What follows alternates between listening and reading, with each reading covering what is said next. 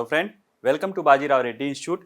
Today analysis के आज के अंक में हम 21 फरवरी 2025 के 3 प्रमुख समाचारों पर चर्चा करेंगे, जिसमें से पहला मुद्दा जो है इंडियन एक्सप्रेस में डिस्कस किया गया है कि ट्रंप की यूक्रेन और यूरोप की जो नीति है, जो उसमें परिवर्तन है, आमूल चूल जो परिवर्तन है, उसके कारण यूक्रेन और यूरोप जो है स्तब्ध हो गए हैं। उसको समझेंगे और ये भी समझेंगे कि उसमें भारत की उसको लेकर क्या स्थिति है। ठीक है।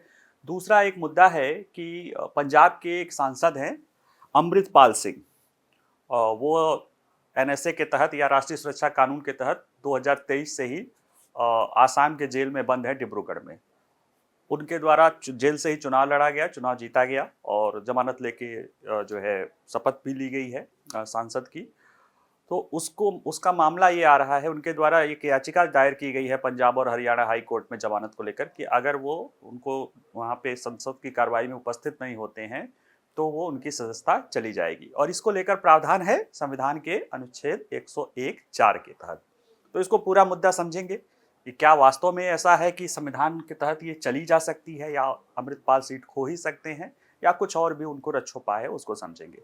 तीसरा मुद्दा है कि राज्य सरकार आवेदन की प्रतीक्षा किए बिना पात्र दोषियों को छूट पर विचार करने के लिए बाध्य। एक सुप्रीम कोर्ट ने अभी एक अपना निर्णय या दिशा निर्देश दिया है जिसमें राज्यों को अब तो बीएनएसएस हो गया है या सीआरपीसी जो भी था, दोनों के तहत कुछ पात्र कैदियों को अगर उनको लगता है कि उनके आचरण ठीक है या जो भी है तो वो उनकी सजा को छूट कर सकते थे। मान ले 10 साल की सजा है, कोई 8 साल का चुका है तो 2 साल छोड़ सकते थे, पेरोल नहीं, सजा की छूट कर सकते थे, या राज्य सरकारों को पावर था। हालांकि उसमें यह है कि एप्लीकेशन करना पड़ता है। सुप्रीम कोर्ट ने अभी सुमोटो एक मामले में अपना यह फैसला, सुमोटो ने स्वतः से प्रेरणा लेते हुए फैसला किया है कि अब राज्य सरकार जिन्होंने एप्लीकेशन नहीं किया है लेकिन अगर वो पात्र हैं तो उनको भी छोड़ सकते हैं। और ऐसा करके सुप्रीम कोर्ट 2013 के बाद से अपने खुद के एक दो निर्णयों को से अलग दृष्टिकोण अपना रही है, जो कहीं ना कहीं जो जेल में ओवर क्राउडेड है उसको कहीं ना कहीं हल करने की दिशा में एक कदम हो सकता है। तो हम उसको भी समझेंगे। चलिए पहले देखते हैं ट्रंप और जेलेंस्की। इन दोनों के बीच की स्थिति यह है कि अभी जेलेंस्की ने ट्रंप को कहा है कि वो रूस के डिसइंफॉर्मेशन बबल से घिरे हुए हैं। यानी कि ट्रंप जो है रूस के दुष्प्रचार है उसके इर्द गिर्द घिरे हुए, यानी उसके प्रभाव में आ गए हैं। और ये देखा जाए तो किसी भी व्यक्ति के लिए कि वो किसी दुष्प्रचार में आ गया है, उसके लिए काफ़ी ज़्यादा दुखदायक होता है। और खास तौर से जब वो अमेरिका का राष्ट्रपति हो, दुनिया के सबसे ताकतवर व्यक्ति माना जा रहा हो। तो ट्रंप का भी जवाब आया है कि जो यूक्रेन का राष्ट्रपति है जेलेंस्की, वो एक औसत दर्जे का कॉमेडियन है, औसत दर्जे का सफल कॉमेडियन है और बिना चुनाव के एक डिक्टेटर है और उन्हें युद्ध शुरू ही नहीं करना चाहिए था। तो ये कहीं ना कहीं एक दूसरे पर जो इतना गंभीर आरोप लगाया गया है, गंभीर कटाक्षेप किया गया है, वो कहीं ना कहीं ट्रंप की यूक्रेन और यूरोप को लेकर जो उनकी नीति, अमेरिका की पहले नीति चल रही थी, उसमें आमूलचूल जो परिवर्तन है उसके कारण यूरोप और यूक्रेन उससे स्तब्ध हैं और उसको उनको समझ नहीं आ रहा है ऐसा क्या किया जाए। देखिए थोड़ा सा जो बिडेन, इनके पहले की जो बिडेन प्रशासन की नीति थी वो यूक्रेन युद्ध को लेकर रूस को दोषी ठहराता था और रूस को पूरे दुनिया से अलग थलग करने के लिए अमेरिका और यूरोप मिलकर काम कर रहे थे। यहां तक कि शांति वार्ता में भी रूस को नहीं बुलाया गया था। 2024 में एक शांति वार्ता हुई थी जिसका भारत ने विरोध भी किया था कि दोनों की वार्ता है और रूस को ही नहीं बुलाया गया है। जबकि ट्रंप प्रशासन जो है आते ही उसने उस पूरे ही अप्रोच को 90 डिग्री बल्कि 360 डिग्री चेंज लेते हुए या 180 डिग्री चेंज लेते हुए ये नहीं, जिसे यू टर्न कहते हैं, यू टर्न लेते हुए ये कहा कि रूस का जो जेलेंस्की है ये खुद ही दोषी है युद्ध को शुरू करने के लिए, ये अनइलेक्टेड डिक्टेटर है। और साथ ही साथ उनके कुछ मंत्रियों ने ये भी कहा कि यूक्रेन को 2014 वाले टेरिटरी की सपना छोड़ देना चाहिए और उसे नाटो में भी लिया जाना व्यवहार्य नहीं दिखाई देता है। तो कहीं ना कहीं ये जो सोच है, और अमेरिकी उपराष्ट्रपति ने तो यूरोपीय लोगों को यहां तक कह दिया कि आपका शत्रु यूरोप नहीं है, आपका शत्रु चीन नहीं है, आपका शत्रु आपके अंदर है, क्योंकि आप अपने देश के लोगों के मतों से डर के फैसला नहीं कर रहे हैं। यानी आप डरते हैं कि आपके देश के जो मत है वो आपके खिलाफ जा सकता है। यानी कहीं ना कहीं बहुत ही कटु आलोचना यूरोप के देशों पे की है, जो कहीं ना कहीं लोकतंत्र को अपने आप का जो है वो पुरोधा बताते थे, उसी का आईना जो है अमेरिकी उपराष्ट्रपति ने उन्हें दिखा दिया है। आइए जरा देखते हैं मामले को, चर्चा में क्यों है। देखिए, एक लेनिन नाम तो आपने लोगों ने सुना होगा, व्लादिमीर लेनिन, रूस के काफी नेता और क्रांति के जनक माना जाता है, रूसी क्रांति या उसके सोवियत संघ के गठन का। इनकी एक कहावत है, ये कहावत इनकी है कि नहीं है, लेकिन लोग कहते हैं कि लेनिन की एक कहावत है, जैसे हमारे यहाँ पे कबीर की कहावत हो जाती है, उसी तरह से लेनिन की एक कहावत है कि कई बार सदियों बीत जाते हैं और कुछ भी नहीं होता है, दशकों बीत जाते हैं और उसमें कुछ भी नहीं होता है, और कई बार कुछ सप्ताह में ही दशकों के काम हो जाते हैं, यानी दशक बीत जाते हैं। यानी ये बताया जाता है कि कई बार बहुत समय बीत जाता है और कुछ नहीं होता, और कई बार बहुत कम समय में ही बहुत कुछ परिवर्तन हो जाता है। वैसा ही पिछला सप्ताह कुछ देखा गया है। 2000 यानी फरवरी 2025 में 12 फरवरी से लेके 18-19 फरवरी तक का जो सप्ताह है, उसमें ऐसा ही सडन चेंज कुछ यूक्रेन युद्ध को और यूरोप को और अमेरिका के संबंधों के बीच में देखा जा सकता है। देखिए, 18 फरवरी को संयुक्त राज्य अमेरिका और रूस के विदेश मंत्री का अधिकारी का जो उस स्तर बात है, वो 3 साल पहले रूस द्वारा यूक्रेन पर आक्रमण करने के बाद वाशिंगटन और मॉस्को यानी अमेरिका और रूस के बीच पहली बार आमने सामने की बातचीत थी। उसको हम लोग डिटेल में पढ़ा चुके हैं, उससे क्या क्या हासिल होना है वो बता चुके हैं। यहाँ पे ये बात है कि इसके जरिए कहीं ना कहीं ये जो चीजें दिखाई दे रही है, इसके कारण जो है उन दोनों के बीच बात आगे बढ़ी है, और इससे जो है यूरोप और यूक्रेन दोनों स्तब्ध है। और देखिए, ये जो 18 फरवरी की वार्ता हुई है, वो जो है 18 फरवरी की जो उच्च स्तरीय मीटिंग हुई है रियाद में, वो 12 फरवरी को ट्रंप और जो है पुतिन की एक फोन कॉल हुई थी। 1.5 घंटे तक फोन कॉल हुई थी। दोनों देशों के फोन कॉल के बाद दोनों देशों के प्रवक्ताओं ने उसे स्वीकार किया और कहा कि काफी प्रोडक्टिव बातचीत हुई है। तो 12 फरवरी से लेकर 19 फरवरी तक इतना कुछ हो गया कि उसने यूरोप और यूक्रेन को अभिभूत कर दिया, या वो एक तरह से स्तब्ध रह गए। तो कैसे स्तब्ध रहे उसको देखिए। तो इसको लेकर अमेरिका द्वारा यूरोप को लेकर टिप्पणियां आई हैं। ये घटनाक्रम, 2 महत्वपूर्ण घटनाक्रम हुए हैं, उसने ये साबित कर दिया, यूरोप को स्तब्ध कर दिया। जैसे जब मैंने पढ़ाया था आपको, जबकि ट्रंप और पुतिन की फोन कॉल हुई थी, तो मैंने बताया था कि उसी दौरान नाटो पर मीटिंग में भी मैंने वो बताया, जाके आप देख सकते हैं 13 फरवरी को। लेकिन यहां पे भी बता देता हूं, अमेरिका के जो विदेश रक्षा सचिव, या जिसे रक्षा मंत्री कहते हैं, वहां डिफेंस सेक्रेटरीज बोलते हैं मंत्रियों को, वह जो है यूक्रेन को लेकर एक जो सुरक्षा सम्मेलन है वहां पे ब्रुसेल्स में यूक्रेन रक्षा संपर्क समूह या नाटो के देशों का एक समूह था, वहां पे उपस्थित थे।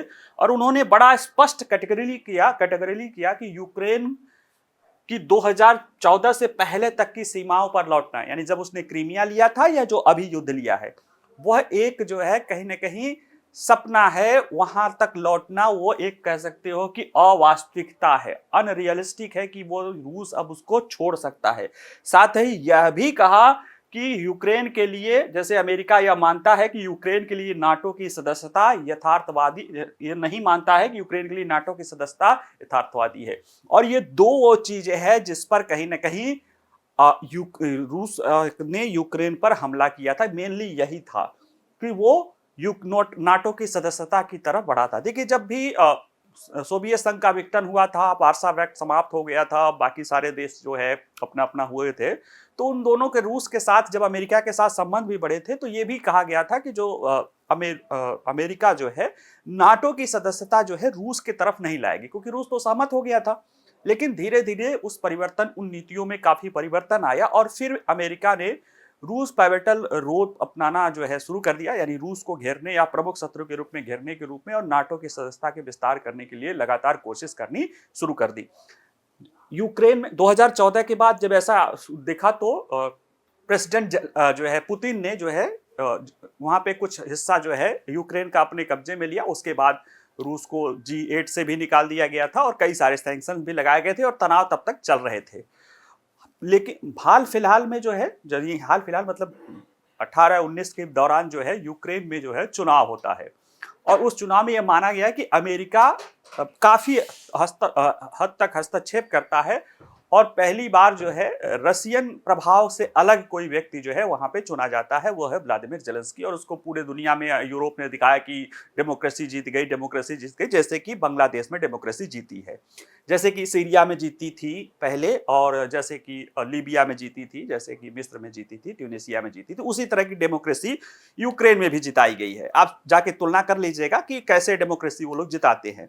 तो उसी तरह की डेमोक्रेसी जो है उन्होंने यूक्रेन में जिताया था। और इसके बाद लगातार जो है अमेरिका का प्रभाव बढ़ता जा रहा था, कहीं ना कहीं नाटो का प्रभाव बढ़ता जा रहा था, और रूस बार बार उसको कह रहा था कि ये रेड लाइन है, ये रेड लाइन है। और अंततः रूस ने 24 फरवरी 2022 को उसने युद्ध को कर ही दिया और अमेरिका और यूरोप ने पूरा अपना सिर्फ सैनिक नहीं उतारे, उसके सिवा हर तरह का मदद उसको यूक्रेन को अमेरिका और यूरोप को मिल रहा था। ठीक है, तो ये थोड़ा सा देख लीजिए। लेकिन अब ये कह दिया अमेरिका ने कि भाई ये अवास्तविक है कि 2014 के पहले की स्थिति मिल जाए, और ये भी यथार्थवादी नहीं है कि वह यूक्रेन को नाटो का सदस्य था।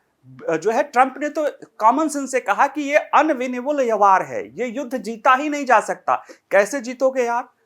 दुनिया के दो ऐसे देश जिनके पास अमेरिका है और इधर रूस है, जिनके पास इतनी परमाणु शक्तियां हैं जो दुनिया को समाप्त कर सकती है। मैं आपको बार बार बिग फोर का उदाहरण देता हूं कि चारों देशों की स्थिति ऐसी है कि उनमें से आपस में कोई भी 3 देश मिलकर किसी देश से जीत नहीं सकता है। तो वही ट्रंप कह रहे हैं कि ऐसा नहीं कि रूस कमजोर, अमेरिका कमजोर है, वो ये बता रहे हैं कि इसमें जीतने के लिए कुछ बचेगा ही नहीं।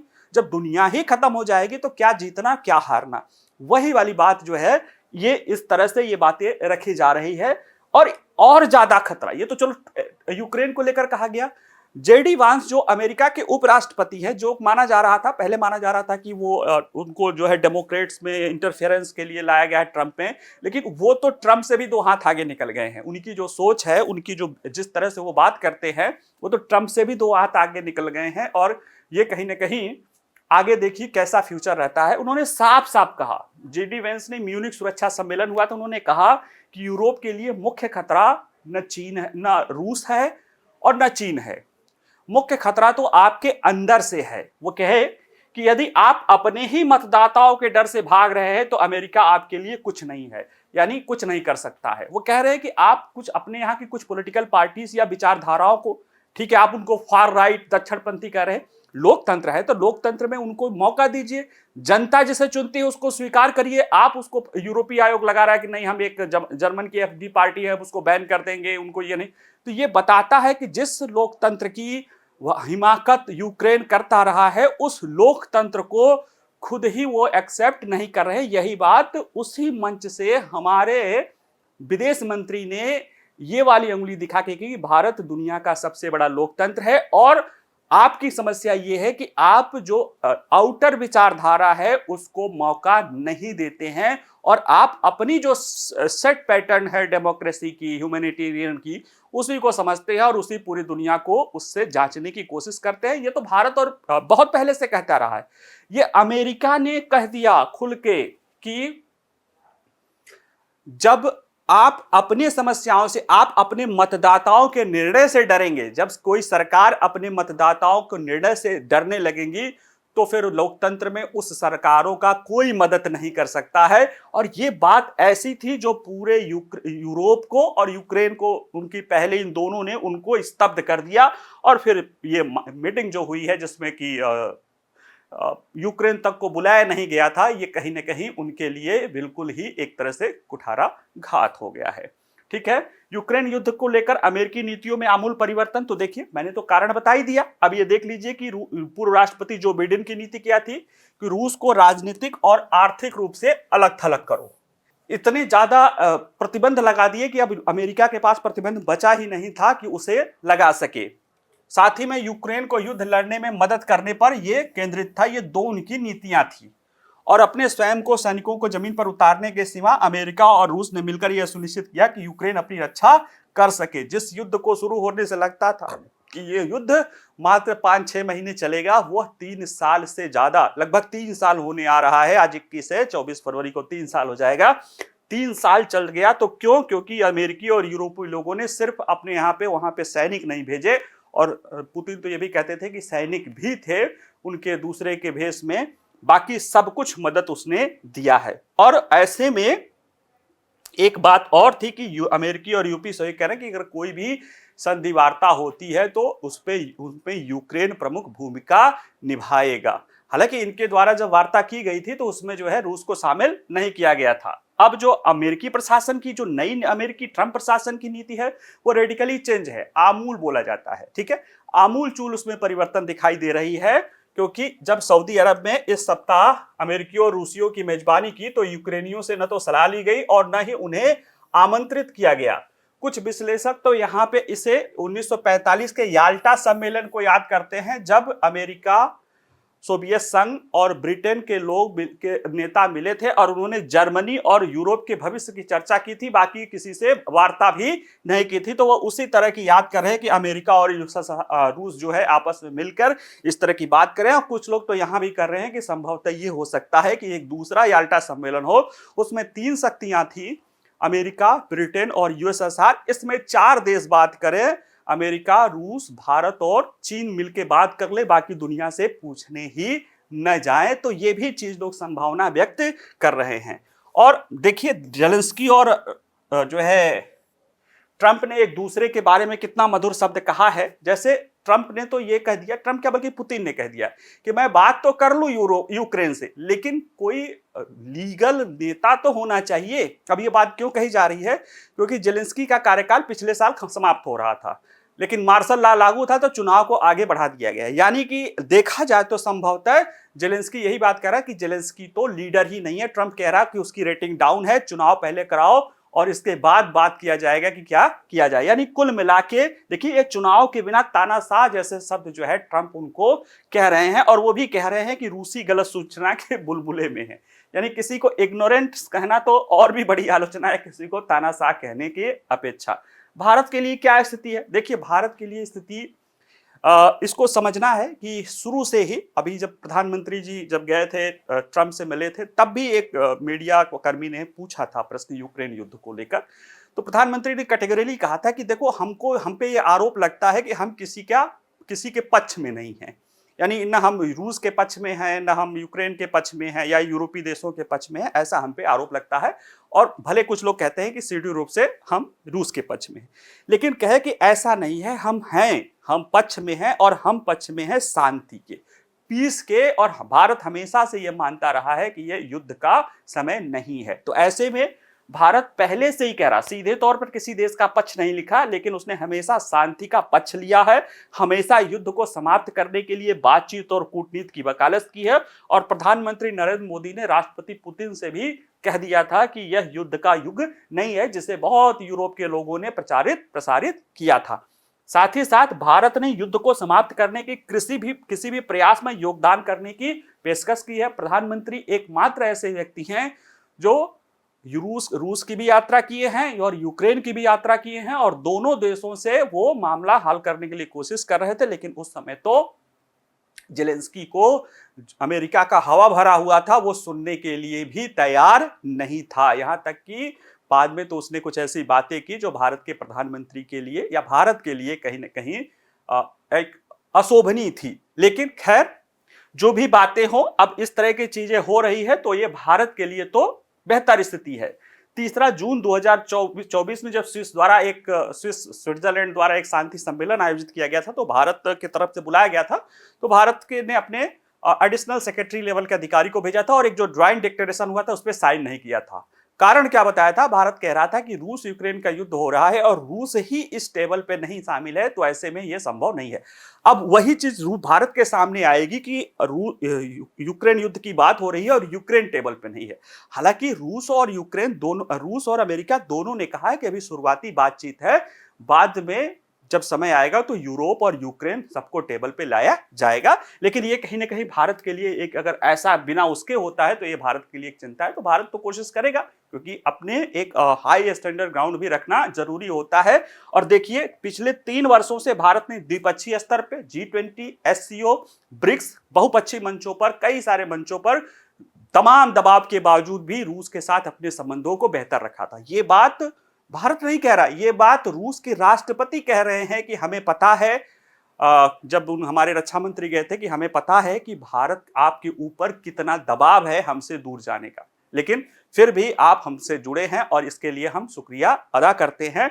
और ऐसे में अब जब रूस अमेरिका के संबंध सही हो रहे हैं तो भारत के लिए एक बेहतर स्थिति तो पहले से ही अच्छी दिखाई दे रही है। ठीक है, चलिए अगला देखते हैं। अगला है संविधान का अनुच्छेद 101 का खंड 4।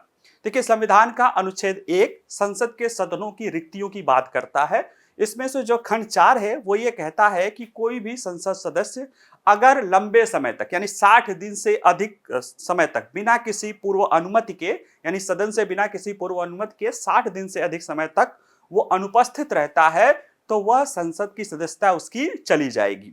हाल फिलहाल में चर्चा में क्यों है? क्योंकि पंजाब के एक सांसद हैं अमृतपाल सिंह, जो कि एनएसए के तहत जो है डिब्रूगढ़ जेल में बंद हैं। उन्होंने पंजाब और हरियाणा हाईकोर्ट से, चंडीगढ़ हाईकोर्ट से मांग की है, अपील की दायर की है कि उन्हें जमानत दिया जाए, नहीं तो उनकी सदस्यता चली जाएगी। तो इस मुद्दे को समझेंगे। क्या इस तरह की किसी मामले में अभी तक किसी संसद की सदस्यता गई है कि वो 60 दिन से ज्यादा समय तक अनुपस्थित रहा है? हालांकि जो है लोकसभा के पूर्व महासचिव पीडीटी आचार्य का कहना है कि उनको तो नहीं याद है, और आमतौर पर चूंकि पूर्व अनुमति के है तो आमतौर पर संसद अनुमति दे देती, संसद के सदन के द्वारा एक समिति बनती है जो अनुमति दे देती है। और कई सारे उदाहरण हैं जिसमें संसद सदस्य जो है लंबे समय तक अनुपस्थित भी रहे हैं और उनकी सदस्यता नहीं गई है। तो आइए जरा देख लेते हैं इस पूरे मामले को। देखिए, खडूर साहिब से जेल में बंद सांसद अमृतपाल सिंह ने 19 फरवरी को पंजाब और हरियाणा उच्च न्यायालय में याचिका दायर कर संसद में चल रहे सत्र में भाग लेने की मांग की, ताकि सदन से लंबे समय तक अनुपस्थित रहने के कारण उन्हें अपनी सीट न गंवानी पड़ सके। इनको जो है सख्त राष्ट्रीय सुरक्षा कानून के तहत, आरोपों के तहत जो है अप्रैल 2023 से ही ये डिब्रूगढ़ जेल में बंद हैं। चुनाव भी इन्होंने जेल से ही लड़ा था। हालांकि जेल से जीतने के बाद इनको जो है जमानत मिली थी और ये आए थे सत्र में जो है अपना शपथ लिया था और फिर वो वापस चले गए थे। और अब तक ये मात्र इनकी उपस्थिति केवल 2% है, यानी इन्होंने जितना भी अभी तक संसद की कार्रवाई हुई है उसमें केवल 2% ये उपस्थित रहे हैं।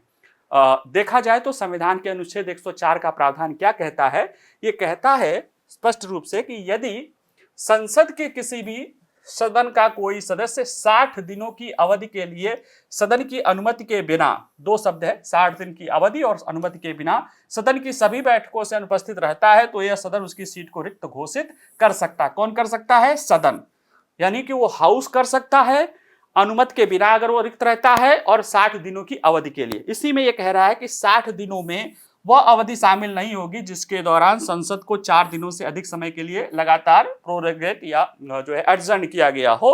और इस तरह से अनुपस्थिति की अवधि की गणना केवल संसद की वास्तविक बैठकों के आधार पर की जाएगी। कितनी वास्तविक बैठकें हुई, अगर एडजर्न आदि 4 दिन से ज्यादा हुआ तो उसको नहीं गणना की जाएगी।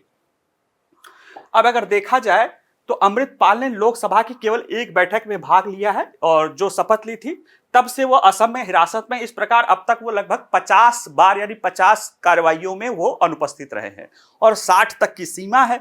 अब उनको ये है कि अब उनसे कि उनको ये याचिका की है कि अगर और लंबे समय तक रहेंगे तो वो उनको हटा दिया जा सकता है। हालांकि ये जब प्रश्न ये पूछा गया पूर्व लोकसभा महासचिव पीडीटी आचार्य से, तो इन्होंने कहा कि उन्हें एक भी ऐसा मामला याद नहीं है जिसमें अनुच्छेद 101(4) को लागू किया गया हो और परिणाम स्वरूप एक सांसद को अपनी सीट खोनी पड़ी हो। तो क्या उसके लिए है? उसके लिए यह प्रक्रिया है कि एक सांसद छुट्टी की अनुमति कैसे, यानी यह बिना अनुमति के, यानी अनुमति कैसे मिलती है वो प्रक्रिया है। तो देखिए, अनुच्छेद 104(1) में कहता है कि संसद की अनुमति के बिना, यानी कि अनुमति के लिए प्रावधान है, और प्रावधान ये है कि लंबे समय तक अनुपस्थित रहने वाले सांसद सदन की बैठकों में सदस्यों की अनुपस्थिति पर एक समिति बनती है, उसको लिखते हैं और इस मुद्दे पर निपटने वाला ये संसदीय पैनल है वो निपटता है और इसके बाद अपने छुट्टी के आवेदन की सिफारिशें जो है करता है सदन को, और फिर सदन उसे स्वीकार कर लेती है। और ऐसा एक भी मामला नहीं है जिससे इनकार किया गया हो। तो ऐसे में ये भी है कि व्यवहार में अगर सारे आवेदन कभी खारिज नहीं किए जाते हैं, ऐसे में एक सांसद के रूप में अमृतपाल सिंह को सदन को पैनल को लिखने और इस सदन पाठ पर अनुपस्थिति नहीं मिलेगी, छुट्टी नहीं मिलेगी, ऐसा कोई मामला नहीं है। हाँ, अगर कोई सांसद 60 दिनों से ज्यादा तक अनुपस्थित रहता है तो भी सदन को अगर सीट को खाली ही करानी पड़ेगी तो भी उसे मतदान करना पड़ेगा। हालांकि अभी तक ऐसा कोई मामला नहीं है। क्या उदाहरण है जो इससे संसदों को छुट्टी मिली है? तो अभी हाल फिलहाल में 2023 में ही दो उदाहरण हैं। एक बहुजन समाज पार्टी के तत्कालीन घोसी के सांसद रहे हैं अतुल राय। इन्होंने 23 बैठकों में अनुपस्थिति रहने के लिए अनुमति मांगी थी और उन्हें छुट्टी मिली थी। 2 दिसंबर 2023 में भाजपा के गुरदासपुर के सांसद और बॉलीवुड अभिनेता जो है सनी देओल ने 74 दिनों की छुट्टी मांगी थी खराब स्वास्थ्य का हवाला देते हुए। तो संसद के सदन ने उन्हें, लोकसभा की जो समिति है उन्होंने छुट्टी दी, लेकिन उसे 2 पार्ट में कहा। 59 दिनों की छुट्टी एक पार्ट में दे दी और कहा कि 15 दिनों के लिए अलग से अप्लाई करिए। तो वो प्रक्रिया थी और एक तरह से वो देखा जाए तो सनी देओल जो है मात्र टोटल कार्यकाल का 18% तक ही अपना उपस्थित रहे हैं और लोकसभा चुनाव में इसीलिए वो बाहर हट गए कि उनके पास समय नहीं है और राजनीति उनके लिए नहीं बनी है। तो ऐसे प्रावधान हैं जिसके तहत संसद सदस्य छुट्टी ले सकते हैं, जो है अनुमति ले सकते हैं और इसके बाद कोई ऐसी चुनौती नहीं है कि अमृतपाल को जमानत ही चाहिए उसके लिए। अब ये देख लेते हैं कि संविधान का अनुच्छेद 101(4) है। तो 101 क्या कहता है? ये सांसदों के सीटों का रिक्त होना। उसमें 101(1) कहता है कि कोई भी संसद का सदस्य दोनों सदनों का सदस्य एक साथ नहीं रह सकता है। जैसे लोकसभा राज्यसभा में से किसी एक का ही सदस्य रह सकता है। अब उसे चुनना है, वो किस में से चुनता है। और देखिए, वह एक सदन या दूसरे सदन में अपनी सीट उसको खाली करनी पड़ सकती है। वो दोनों का रहेगा तो चला जाएगा दोनों सदस्यता। अनुच्छेद 101(2) है कि अगर कोई व्यक्ति संसद के दोनों सदनों या राज्य विधानमंडल के कोई भी सदन का सदस्य एक साथ नहीं रह सकता है और एक समय सीमा है, अगर उस तक उसने राज्य विधानमंडल की सदस्यता से इस्तीफा नहीं दिया तो अपने आप यहाँ की सदस्यता उसकी रिक्त हो जाएगी। ये अनुच्छेद 101(2) के तहत है। 101(3) में यह है कि संसद के किसी भी सदन का कोई भी सदस्य अनुच्छेद 102(1) और 2 का जो संसदों के निर्हरता का है, यानी कैसे उनको हटाया, उनको है या तो योग्यता वाला मामला है उसके आधार पर हटाया जा सकता है, या संसद सदस्य सभापति और अध्यक्ष को अपना लिखित हस्ताक्षर दे देते हैं और वो स्वीकार कर देते हैं तो वो पद पे नहीं रहेंगे। और अंततः 101(4) जिसमें 60 दिन तक बिना अनुमति के बाहर रहते हैं तो उनको हटने की घोषणा इसमें की जाती है। ठीक है, आइए अगला जो हम देखते हैं वो है राज्य सरकार आवेदन की प्रतीक्षा किए बिना सजा से जो है पात्र दोषियों को भी वो सजा में छूट दे सकती है सुप्रीम कोर्ट। ये देखिए कुछ इस तरह के जेलों की स्थिति है भारत में। देखा जाए जेलों के बारे में जो आंकड़ा एनसीआरबी का डेटा है, 2022 का जो डेटा है वो ये बता रहा है कि भारत के जेलों में आबादी बहुत ज्यादा है। यानी जितने कैदी कुल रह सकते हैं उसका 135% कैदी भारत के जेलों में बंद हैं और उसके लगभग 75% विचाराधीन कैदी हैं, यानी अभी उन पे मामले में सुनवाई चल रही है।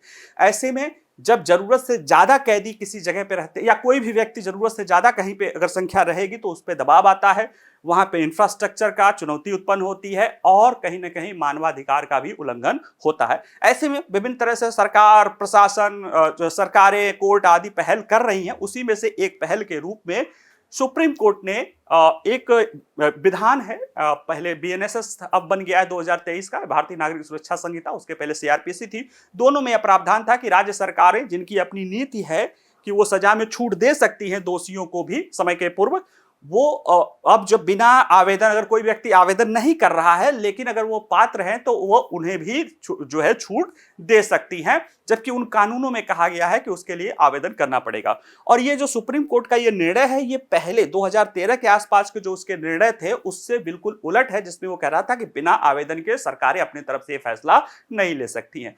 इसको एक आप कह सकते हो कि जो जेलों में भीड़ ज्यादा है उसको कम करने का एक सकारात्मक पहल है। तो आइए इस पूरे मुद्दे को हम देख लेते हैं। देखिए, कैदियों के अधिकारों पर हाल में एक ऐतिहासिक फैसले में सुप्रीम कोर्ट ने सजा में छूट नीतियों वाले राज्यों को निर्देश दिया है कि वे कैदियों की समय पूर्व रिहाई पर विचार कर सकते हैं, भले ही वे लोग पहले से ही छूट के लिए आवेदन न कर रहे हों। हालांकि इसमें कुछ प्रकार के दोषियों के लिए अपवादों के साथ, यानी कुछ प्रकार के दोषी के लिए छूट नहीं है। राज्य सरकारों को भारतीय न्याय ये नागरिक सुरक्षा संहिता बीएनएस 2023 और दंड प्रक्रिया संहिता 1973 के तहत उनकी सजा पूरी होने से पहले कैदियों को रिहा करने का अधिकार है।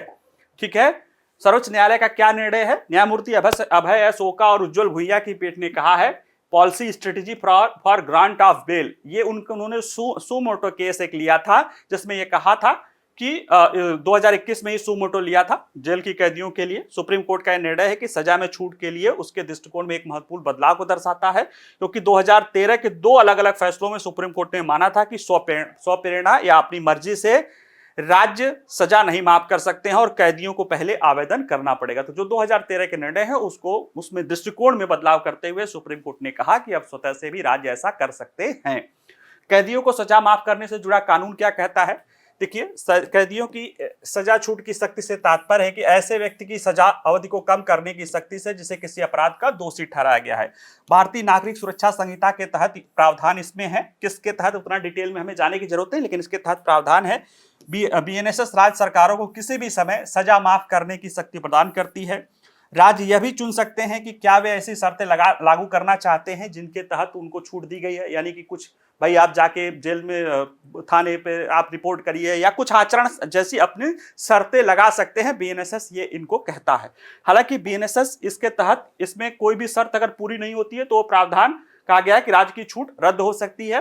राज्य सरकार की छूट की सख्ती पर भी बीएनएसएस ही प्रतिबंध लगाता है और कहता है कि आजीवन कारावास की सजा काट रहे या मृत्युदंड अपराध के लिए दोषी पाए जाने वाले व्यक्तियों के लिए जो 14 साल से ज्यादा 14 वर्ष तक रिहा नहीं कर सकता जब तक कि कम से कम 14 साल की पूरी सजा न कर रहे हो। यानी कि अगर किसी को मृत्युदंड मिला है, आजीवन कारावास है या वह मृत्युदंड की सजा काट रहे हैं, वो उनको दंड मिल सकता है। ऐसे व्यक्ति अगर वो 14 साल से कम सजा पाए हैं तो राज्य नहीं कर सकता। हाँ, 14 साल से ज्यादा है तो उस पर सजा कर सकता है। हालांकि इसमें यह भी कहा गया है कि बीएनएस की प्रक्रिया, छूट की प्रक्रिया तब शुरू होती है जब भी उपयुक्त सरकार को आवेदन किया जाता है। लेकिन अब चूंकि सुप्रीम कोर्ट ने यह निर्णय दे दिया है कि अब वो आवेदन करने की जरूरत नहीं है, तो राज्य अपने स्तर पे जिन राज्यों में ये नीतियां हैं बीएनएसएस के तहत छूट देने की, वो सुमोटो ही उसको लागू कर सकते हैं। जो छूट आदि इसमें जो रोक आदि है कि 14 साल या गंभीर अपराध, उसको छोड़ के बाकी वो काम अपना कर सकते हैं। ध्यान रखने की बात है कि ये संविधान के अनुच्छेद 72 और अनुच्छेद 161, 72 के तहत राष्ट्रपति की क्षमादान की शक्ति और अनुच्छेद 161 के तहत राज्यपाल की क्षमादान की शक्ति की से अलग है। ये अलग है, वो बीएनएसएस के तहत है और ये संविधान के तहत 172 आर्टिकल 72 और 161 ये संविधान के तहत दी गई शक्ति है और वो बीएनएसएस कानून के तहत या सीआरपीसी कानून के तहत राज्यों को दी गई शक्ति है। भारत में जेलों में कैदियों की संख्या कितनी है जो चुनौती के लिए, तो उसको भी थोड़ा देख लें। तो देखिए, राष्ट्रीय अपराध रिकॉर्ड ब्यूरो जो है, जो नवीनतम आंकड़ा है वो 31 दिसंबर 2022 तक का है, जिसमें भारत की जेलों में 5,73,220 कैदी अभी हैं ओवरऑल, जबकि जेलों की कुल क्षमता 4,36,266 है। यानी कि 131.4% लोग हैं, यानी जितना रहना चाहिए उससे 30% ज्यादा लोग भारत के जेलों में हैं। तो ऐसे में सुप्रीम कोर्ट के इस निर्देशों से इस आंकड़ों में कमी आ सकती है। हालांकि भारत के अधिकांश कैदी यानी 75% से ज्यादा कैदी अभी भी विचाराधीन कैदी हैं, जिनमें ये लागू नहीं होगा। हालांकि उनके लिए पैरोल में छूट की आदि बात आई थी, लेकिन अभी भी ये निर्णय की जब तक नहीं हो जाता है तब तक राज्य सरकारें उन्हें छूट देने के बारे में कुछ भी नहीं कर सकती हैं। बाकी कोई इस तरह का आधिकारिक डेटा भी अभी हाल फिलहाल नहीं है जिससे ये पता कर सके कि कितने कैदियों को छूट दिया गया है। जो पिछला डेटा है अंतिम बार 2022 में प्रकाशित हुआ था, उसमें ये बताया था कि 2020 में 2031 कैदी रिहा किए गए थे, 2021 में 2350 किए थे और 2022 में 5,035 कैदी रिहा किए गए थे। उसके बाद के आंकड़े नहीं है। तो ऐसे में अब बाकी इतनी ही जानकारी है, क्योंकि ओवर क्राउडेड हमारी जेलें हैं, ऐसे में इसको आप कह सकते हैं कि एक बेहतर कदम माना जा सकता है। ठीक है, चलिए आज के लिए इतना ही। बाकी वीडियो पसंद आए तो लाइक करिए, शेयर करिए, कोई प्रश्न हो तो कमेंट बॉक्स में पूछ सकते हैं। बाकी पढ़ते रहिएगा, इससे जुड़े प्रश्न वेबसाइट पर रहेंगे, जाके आप सॉल्व कर सकते हैं। बाकी नमस्कार, धन्यवाद।